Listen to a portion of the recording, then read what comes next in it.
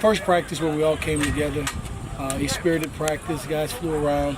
The back end and the last 10 minutes was full scrimmage format, and it's a controlled situations because there's only so many times, you want to go live if it's not a preseason game or a game itself, but it's something you have to practice. And so for the first four, we stood up. We did not go to the ground. We did not tackle. And today we kind of unleashed and let some guys collision. And it was good to see their eagerness to want to make sincere contact. So a good day today. Went back and forth throughout the practice.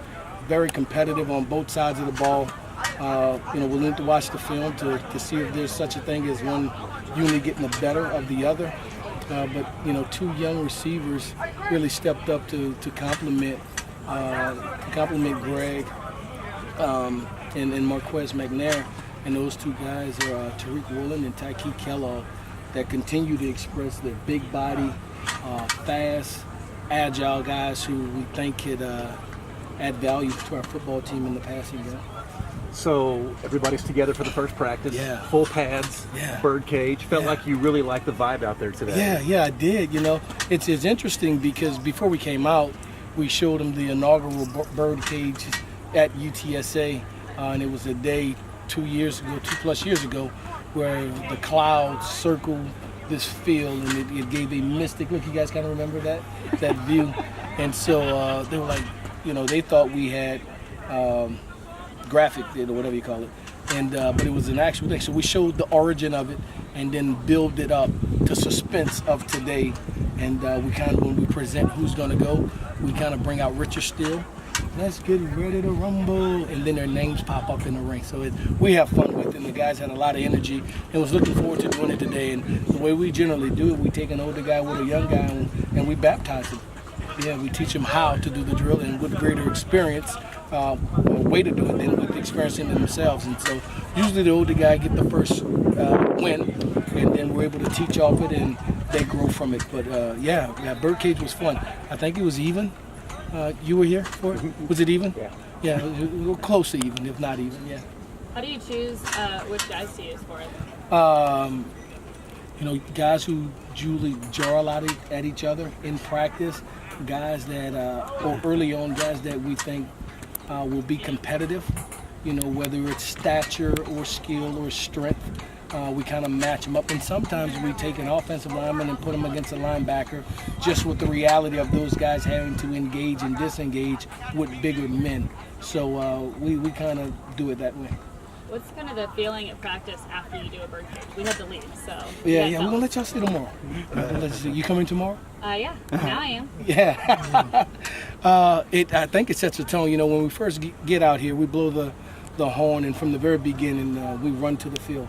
I run and meet the team when we start our drills, and we go into our calisthenics, and from that moment on, everything is inside these white lines or transition movement periods. And so we're constantly running.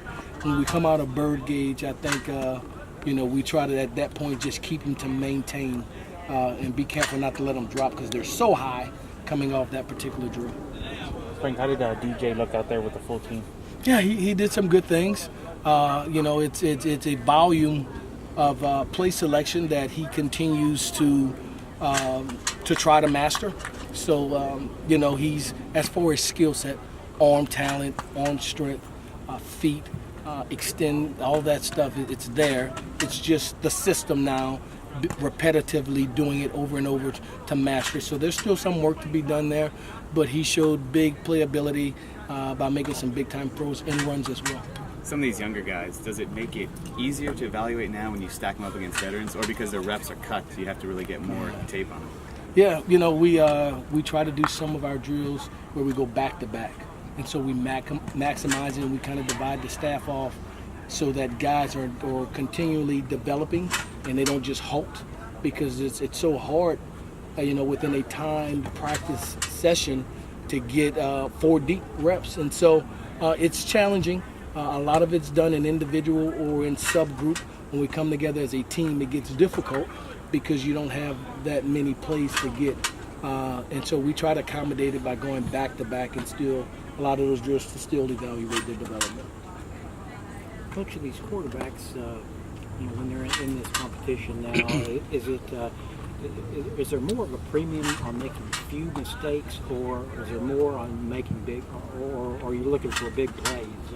Probably a combination. Yeah. Our creed is it's all about the ball. We take care of the football here, and so that would be probably the greatest criteria. Take care of the ball, give us a chance, and we do that by ending every one of our series with a kick, ideally with a PAT, sometimes with a field goal, and if we had to settle with a punt, meaning that we've taken care and secured the football.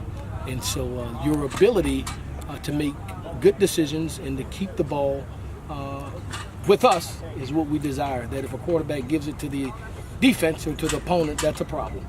Because it seems like with the skill set of some of your skilled players this year, if you can take care of the ball, your offense is going to be in pretty good shape. Yeah, we think we got a chance.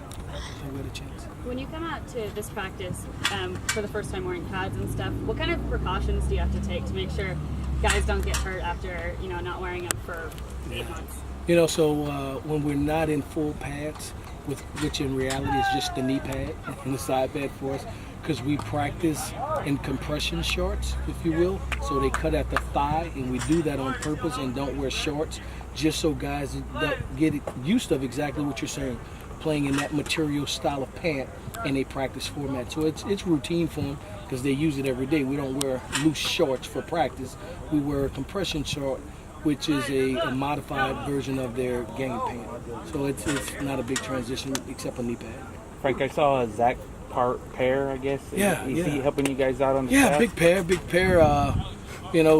Continued to have injuries that lingered, but is very much a part of this football program, and right now serving the capacity of a student assistant with us, and we're glad to have him. He's a big addition to our staff to have a guy who has been around our program, understand our culture from a leadership, but also relates very well to those guys that he's a little bit older than. Coach, you mentioned the receivers, and I wanted to check with you in regards to Tariq and Tyke. They were listed at the same position coming out of the spring. Are you looking at them at different positions, or are they playing one behind the other now? Yeah, they're playing with one another at the X position. It's the X position, which is the one within the scheme of what we do that creates a lot of one-on-one matchups. That you want your bigger, more imposing guy to be able to take advantage of those premium throws versus coverage. So they're both playing at the X position. How often do you guys do the birdcage drill? Generally once a week, but because of Friday, we'll pull off in preparation for a Saturday scrimmage. We'll go Wednesday and Thursday, so today and tomorrow, but generally once a week. Could you make us a promise? Yeah. Would you at some point run that quick passing drill that everybody runs at the end of practice? Me running? Yeah. Oh, hey, I do have something for y'all that I'll share with you. Oh, you left my question already. Yeah. Because I don't know if it's funny. I consider myself in decent shape and can be able to run, so I've done it. And it's like the older I get, the more the ball moves. So I'm like, would you keep still? Like my brain is jumping as I'm running, and boom, boom, boom. So probably not on TV, but I do have some other shots of demonstration that I'll share with you guys or do with you guys, but probably not that one. Awesome. Thank you guys so much. Thanks, Coach.